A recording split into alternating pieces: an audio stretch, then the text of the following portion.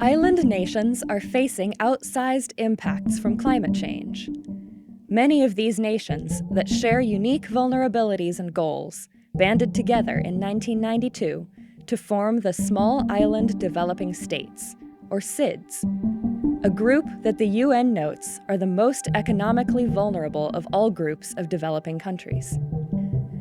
These countries also face a significant challenge in accessing funds to help mitigate climate impacts, known as climate finance. The SIDS group contributes to 1% of global carbon dioxide emissions, but they only had access to $1.5 billion out of $100 billion in climate finance pledged to developing countries in 2019. Among their challenges in accessing climate finance are issues of manpower and competition for funds with larger developing nations. For example, the SIDS group goes through the same procedures for accessing finance as large states, like India and China might. And while they might have 12 staffers devoted to a project, larger nations might have 50 people.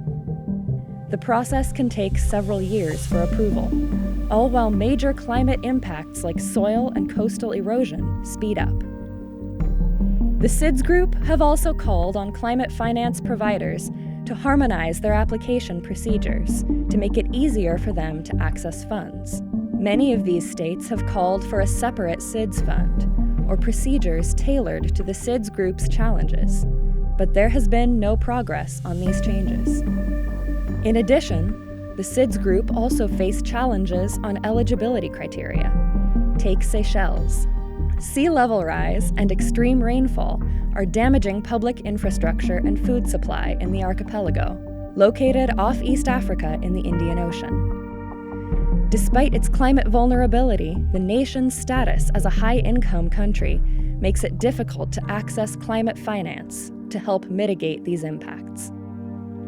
Finally, these nations have expressed disappointment at developed nations for failing to deliver on their climate finance commitment. At COP26, the nations noted that the current climate finance architecture is unable to operate efficiently, fairly, and at the speed and scale needed within the decisive decade. As climate change increasingly becomes the center of foreign policy engagements and great power competition, developed nations must understand the realities for the SIDS group and the challenges in accessing international climate finance. Effective solutions will have to address issues of accessibility, especially for the island nations at the epicenter of both the climate crisis and the great power competition across the Indo-Pacific.